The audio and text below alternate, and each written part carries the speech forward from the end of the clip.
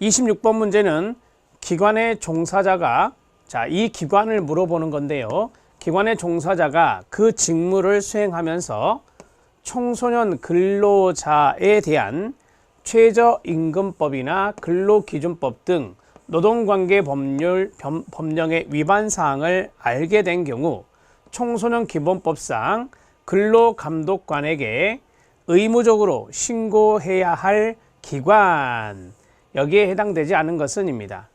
그러니까 어떤 기관에 종사하고 있는 사람이 여기 있는 청소년 근로자에게 노동관계 법령에 위반된 사항을 알게 되었다. 그럴 때 대개 이제 고용복지센터의 근로감독관이란 분들이 계시잖아요. 여기에 이제 의무적으로 신고를 해야 되는 그러한 기관들을 물어보는 문제입니다. 1번부터 쭉 보았을 때 좀 느낌상으로 알 수 있는 것이 좀 있죠. 느닷없는 협회가 하나 나옵니다.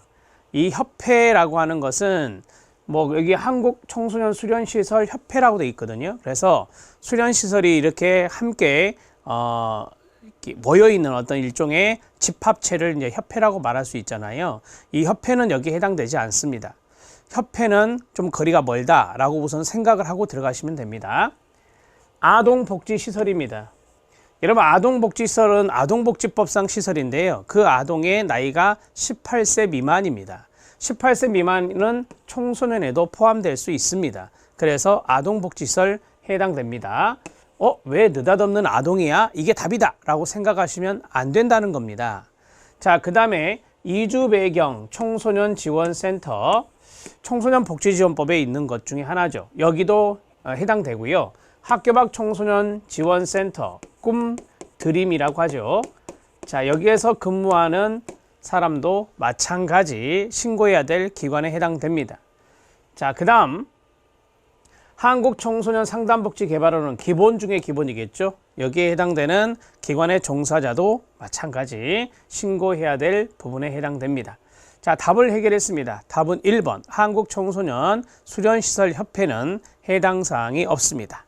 또한 기관들이 있을까요? 가장 대표적인 게 뭘까요? 청소년 상담복지센터가 있겠죠. 청소년 상담복지센터가 있을 겁니다. 자, 그 다음에 우리가 이제 그 1388 청소년 상담전화 있잖아요. 거기에서 근무하신 분들도 해당될 수 있겠죠.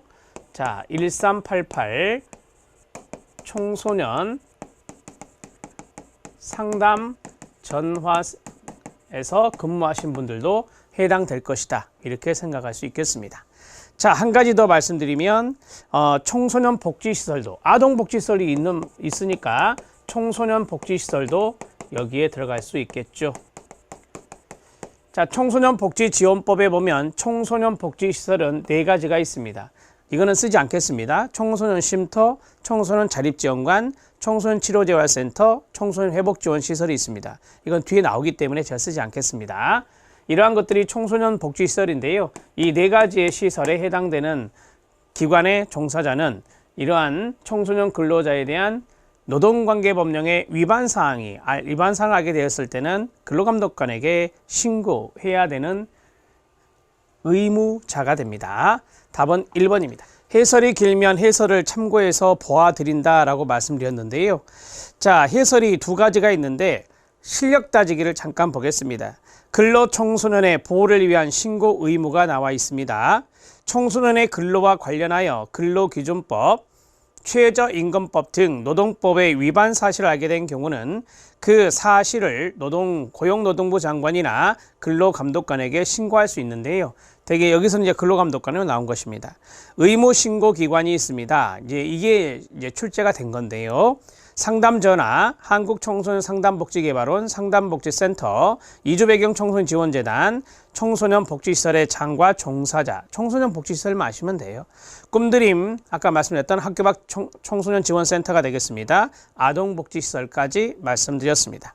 신고인의 인적사항을 공개하지 않고요. 이를 공개하거나 보도한 자는 처벌을 받게 되어 있습니다.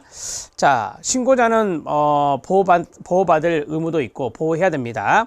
자, 27번 문제 바로 들어가도록 하겠습니다. 청소년 기본법의 내용입니다. 1991년에 제정된 거 알고 계시죠? 자, 옳지 않은 것은입니다.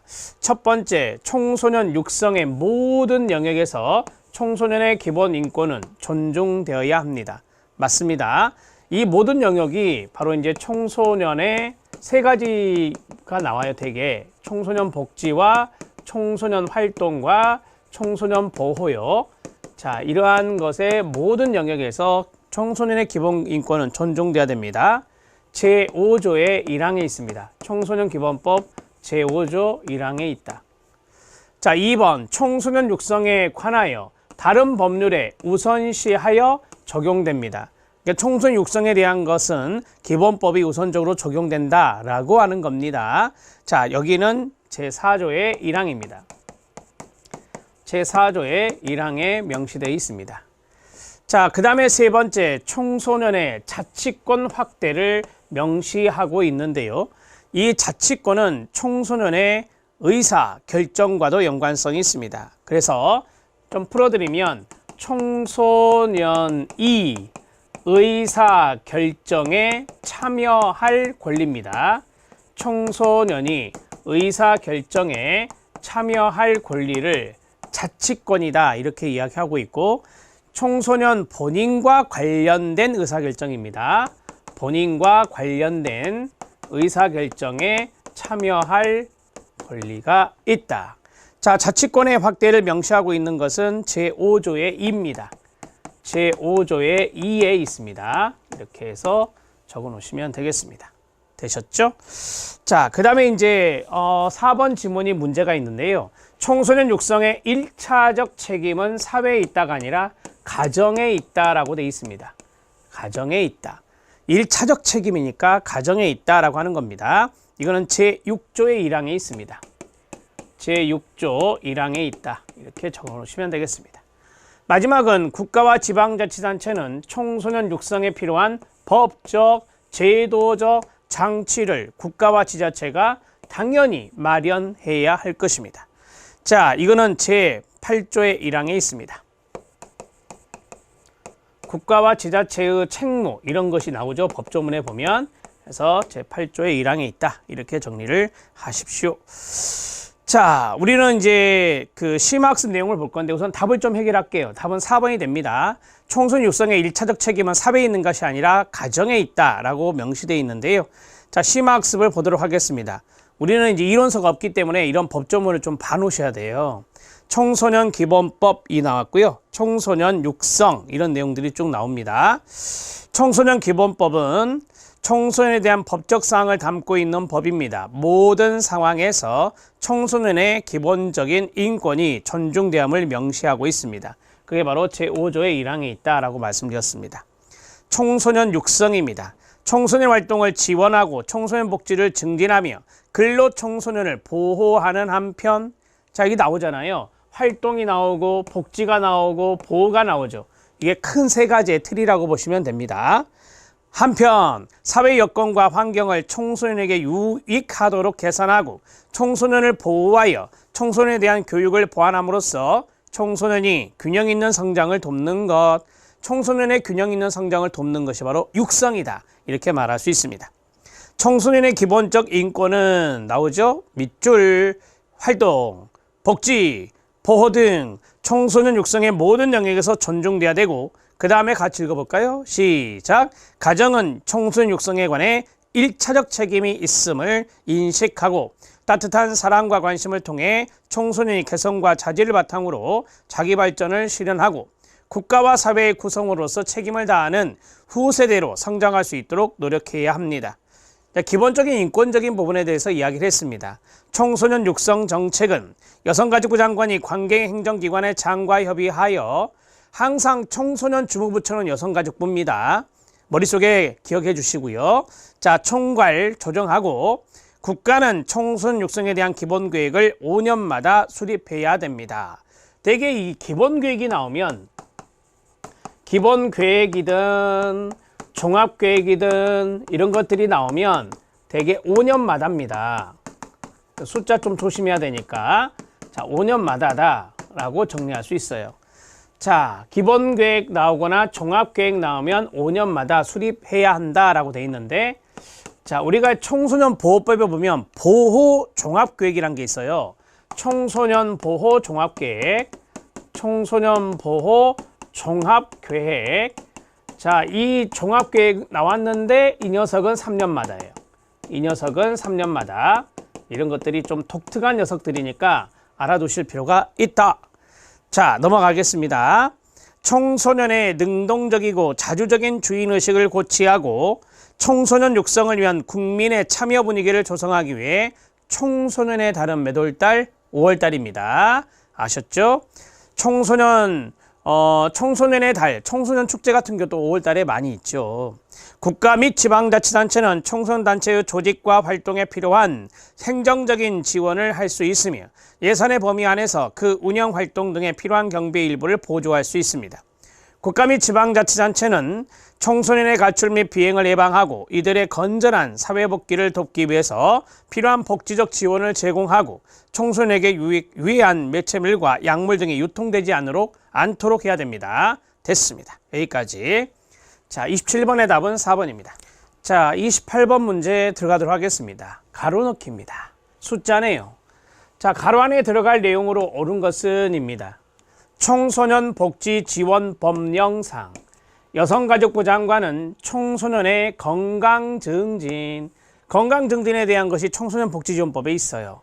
체력 향상, 시책 수립을 위해서 청소년의 건강 및 체력 기준을 몇 년 이내의 기간마다 새로 설정해야 한다라고 했어요. 그러니까 청소년의 건강한 기준, 청소년의 체력 기준을 몇 년의 범위 내에서 새롭게 설정하느냐 이거죠. 자, 이것은 5년입니다. 5년 이내의 기간마다 새롭게 설정해야 한다. 5년마다가 아니에요. 5년 이내의 기간마다입니다. 그래서 5년 이내이기 때문에 뭐 3년 정도 있다 할 수도 있고 2년 정도 있다 할 수도 있고 그러겠죠. 5년 이내의 기간마다 새로 설정하는 겁니다. 답은 1번이고. 자, 그러면 이것이 어디에 있느냐? 시행령 제3조에 있는 겁니다. 청소년 복지지원법, 시행령 제3조에 보면 이 내용이 들어 있습니다. 시행령의 문제가 출제가 된 겁니다. 자, 이 정도 하시면 되겠습니다. 건강 증진과 그 다음에 체력 향상을 위한 것이니까 건강의 기준과 체력의 기준, 이것을 새롭게 설정할 때 몇 년 이내의 기간, 5년 이내의 기간, 이렇게 정리하시면 되겠습니다. 자, 이제 29번 문제 들어가도록 하겠습니다. 학교 밖 청소년 지원에 관한 법률인데요. 자, 2014년에 제정이 됐죠. 근거하여 3년마다 실시되는 것이 이겁니다. 학교 밖 청소년 실태조사인데요. 내용을 모두 고른 것은 입니다. 자, CF 청소년 기본법에 보면 청소년 실태조사라는 것도 있어요. 청소년 실태조사도 몇 년마다? 3년마다 합니다. 이것도 3년마다고 학교 밖 청소년 지원에 관한 법률에 보면 학교 밖 청소년 실태조사도 3년마다 실태조사합니다. 두 가지 숫자가 같기 때문에 같이 엮어두시기 바랍니다. 자, 그러면 학교 밖 청소년은 아시죠? 뭐 학업을 좀 중단한 청소년, 예전에는 학업 중단 청소년이라고 했는데 지금은 학교 밖 청소년이란 명칭으로 사용합니다. 자, 실태조사의 내용에 어떤 것이 들어갈까요? 학교 밖 청소년의 진로 부분, 그 다음에 학교 밖 청소년의 가족 관계와 친구 관계, 학교 밖 청소년의 경제 상태, 학교 밖 청소년의 신체적, 정신적 건강 상태, 이 모두 다 실태조사 내용에 포함됩니다. 네 가지 모두 다 포함됩니다. 우선 기역, 니은, 디귿, 리을 5번으로 답을 처리하시면 되고요. 이것은 뭐 여러분들에게 심화학습으로 넣어드렸어요. 자, 거기 내용을 보시면 학교 밖 청소년 지원에 관한 법령에 따른 실태조사인데요. 학교 밖 청소년 지원에 관한 법률은 학교 밖 청소년의 현황, 실태를 토대로 학교 밖 청소년의 지원 정책 수립을 위한 기초자료로 활용하겠죠. 당연히 전국 9세 이상 24세 이하 학교 밖 청소년을 대상으로, 자, 여러분, 이 학교 밖 청소년 지원에 관한 법률에서 이 청소년의 나이가 있어요. 청소년 나이는 9세 이상 24세 이하입니다. 대개 9세 이상 24세 이하 법률이 세 가지예요. 청소년 기본법에 있고요. 청소년 복지지원법에 있고요. 학교 밖 청소년 지원에 관한 법률에 있어요. 그래서 이 세 가지가 바로 9세 이상 24세 이하거든요. 그러니까 학교 밖 청소년 실태조사도 9세 이상 24세 이하의 청소년을 대상으로 하는 거예요. 구조화된 질문지를 활용해서 자기 기입식 설문, 심층 면담을 통해 다음과 같은 내용을 조사합니다. 자, 이제 금방 쭉 읽었던 게 나올 겁니다. 2번 별표. 자, 학교 밖 청소년의 학업 중단 시기. 플러스 학업 중단 시기. 여기 학업 중단 시기 없잖아요. 학업 중단 시기. 학업 중단 시기와 그 원인. 이게 들어가 있고요. 그 다음에 학교 밖 청소년의 신체적, 정신적 건강 상태. 리을에 있습니다. 학교 밖 청소년의 가족, 친구 관계, 경제 상태. 니은과 디귿에 있습니다. 학교 밖 청소년의 진로, 기억에 있습니다. 학교 밖 청소년의 지원 프로그램 활용 현황. 그냥 쓰겠습니다. 이렇게 지원 프로그램 활용 현황. 얼마나 활용하고 있는지. 자, 그런 것도 실태조사할 수 있겠죠. 학교 밖 청소년 지원을 위한 프로그램이 많이 있잖아요. 이 프로그램들을 이 청소년들이 얼마나 활용하고 있느냐, 그걸 보는 겁니다. 그 밖에 학교 밖 청소년의 현황 및 실태 파악에 필요한 사항인데요. 여기까지만 더 알아놓으시면 되겠네요. 그렇죠? 자, 3번. 학교 밖 청소년이 어떤 청소년인가 나왔네요. 별표 하나. 자, 거기에 보면 학교에 입학했습니다. 그런데 3개월 이상 결석하는 것도 학교 밖 청소년입니다. 3개월 이상 결석, 거기에 위에다 쓰세요. 6개월 이상, X입니다. 6개월이 아니라 3개월 이상입니다. 되게 이 6개월로 많이 출제를 하거든요. 그래서 이거 틀렸다라고 보시면 됩니다. 3개월 이상입니다. 제적 처분이나 퇴학 처분을 받고 학교를 다니지 않는 청소년. 이건 여러분들 아시겠죠? 자, 이럴 때 우리가 학교 밖 청소년들이다 이렇게 말을 합니다. 네 번째는 한국청소년정책연구원에서 실시한 실태조사, 2018년의 실태조사 결과를 넣어드렸는데요. 자, 거기 보면 뭐 1번, 2번, 3번 이런 내용이 있습니다. 1번은 그냥 안 보셔도 돼요. 왜? 학교 밖 청소년 실태조사가 3년마다 이루어진다라고 하는 것이 나왔고, 그 다음에 그 결과를 공표한다는 것이 나왔으니까요. 자, 2번은 실태조사 중에 학업 중단 현황, 이거죠, 이거. 학업 중단 현황에 대한 부분이니까 당연히 교육부 장관과 협의해서 실시하는 게 좋습니다. 실태조사에 필요한 경우 관계행정기관의 장, 지방자치단체 장, 공공기관의 장, 그 밖에 관련 법인 단체에 대해 필요한 자료 제출 또는 의견 진술을 요청할 수 있겠죠.